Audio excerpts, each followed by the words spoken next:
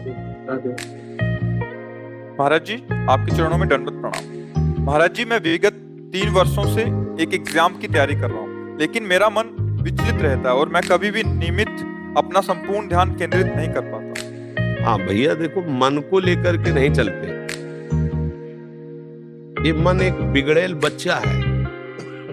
ये बच्चा नहीं, वो गुनगुना में खेल रहा है, वो कार में खेल रहा है और सब खिलौने फेंक करके मम्मी की गोद में आ रहा है, कभी सोच करके मल में ही खेल रहा है। बच्चा है ना, बिल्कुल बच्चे जैसा बिगड़ेल बच्चा, जिद्दी बच्चा, ये मन है।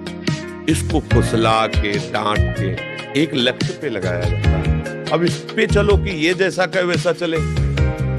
आज तक कोई भी इसके कहने से सतमार्ग में नहीं चल पाया। ये बहुत बेईमान है, बहुत ही छलिया है। ये ऐसा छल कर देगा कि आपको सिद्ध बना देगा, काम हो गया, और दूसरे मिनट में वहां खड़ा कर देगा जहां बहुत दूर हो परमार्थ से। तब लगेगा ये क्या है, मैं तो समझ रहा था मेरा काम बन गया, काम पहुंचा दिया। इसलिए मन के अनुसार नहीं चलते, मनमुखी नहीं, गुरुमुखी चलते हैं। संतों की आज्ञा, गुरुजनों की आज्ञा पर मन को चलाते हैं, तब जाकर के लाभ प्राप्त होता है। मन के अनुसार चलने से नहीं होता। मन का तो बहुत विचित्र खेल है, सबको रोना पड़ता है, ये इतना विचित्र है, बहुत ही, मतलब हार करके, मतलब आप लोग तो अभी जीतने का प्रयास ही नहीं कर रहे। जो जीतने का प्रयास करते हैं वो कई बार इसको घुटने पे लाते हैं, फिर वो चित्त फेंक देता है, फिर वो हार करके सोचते प्रभु मैं हार गया, अब तो कुछ करो। हर जुक्ति लगा के हार गया। 10 वर्ष ठीक चलेगा, 10 वर्ष, और 10 मिनट में 10 वर्ष की कमाई पे आग लगा देगा। 10 मिनट में इतना बड़ा शैतान बच्चा है, इसलिए बहुत सबल। और अच्छा, इसको छोड़ नहीं सकते, जा मतलब नहीं रखते, जी नहीं पाओगे। वो एक ऐसा अपना अंग है जिससे हम अलग भी नहीं हो सकते और जिससे हम मिल भी नहीं सकते। अगर हम मिले तो नाश कर देगा, अलग हुए तो जला के राख कर देगा। देखो ना, मन से अलग होके मन ऐसी मार देगा कि लगेगा कि भगवान और सदगुरु एक तरफ। बोले भैया तू बता तुझे चाहिए क्या, सब इसी में तो फंसे। आज हमें घुमाओ, चलो भैया घूमो। आज हमें दिखाओ, चलो भैया देखो। आज हमें ये भोगाओ, तो चाहे पैसा लगे चाहे जूता चले। नहीं, लोग जानते हैं ना, ये अगर काम किया तो हमारे डंडा भी चलेंगे, अपमान भी होगा, जेल भी मिलेगी। लेकिन मन ने कह दिया कि हमको ये देव, तो उस लाडले बच्चे के लिए, उसके लिए चल दिया, वो पूरी जेल जिंदगी भर भोगा।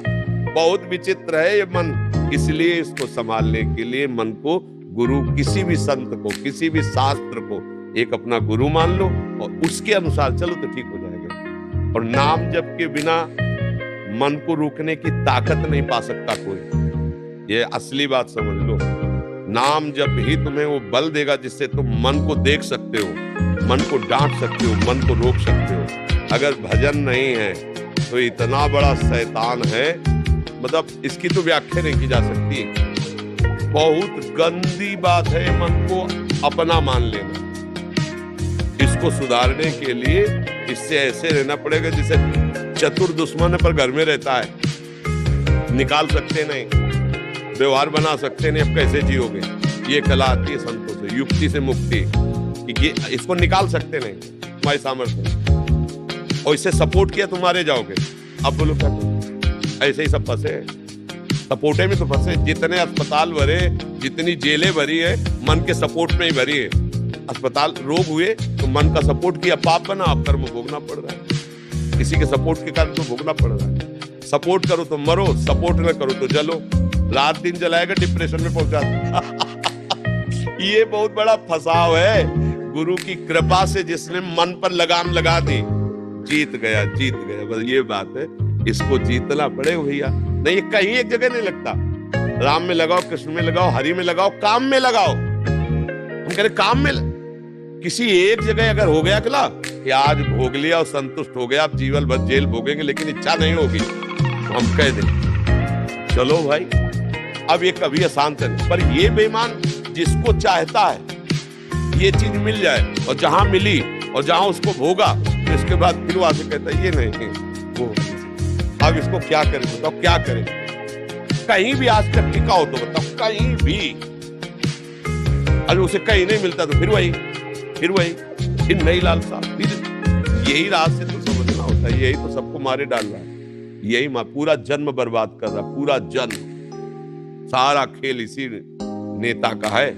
मन नेता है ना इंद्रियों का, सारा खेल। तभी कहा गया मन मार्या तन बस में की ना हुआ भरम सब दूर, बाहर से कछ दिखत लाई अंदर चमके। आपो त्याग जगत में बैठे नहीं किसी से काम, उनमें तो कछ अंतर ना संत कहो चाहे राम। कसौटी कस के जीवन को भगवान में समर्पित करना भैया, त्राहि मां मोहि रक्षा करे तब होता है, तो धज्जियां उड़ा देता है मन। ऐसे थोड़ी, जो सच्चाई से चलने वाले साधु महात्मा है वो साधकों को क्यों प्यार करते, इसी से कहते भैया तुम्हें प्यार करने वाला इस सृष्टि में कोई नहीं मिलेगा। एक गुरु कृपा ही तुम्हें संभाल सकती है, आगे बढ़ो।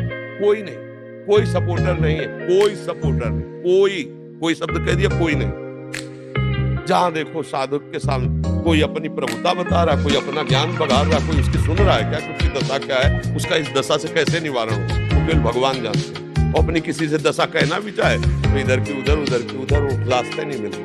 वो केवल ऐसे होता है, हे नाथ आप, तब वो मार्ग देते, तब वो युक्ति दे देते हैं कि मन को कैसे पटकना है। और जहां युक्ति मिली निहाल हो गया, यार आओ गुरु मेहरबान चेला पहलवान, टांग पे चढ़ा के दुबिया पछाड़ मारा, चित्त मन गिरा, अब आनंद में मगन। अब हम नहीं जानते दांव पेच, तो जहां चाहता वहां पछाड़ के गिरा देता है। इसलिए नाम जप करो और धर्म से चलो और भगवान का सहारा ले, वो जिता देंगे।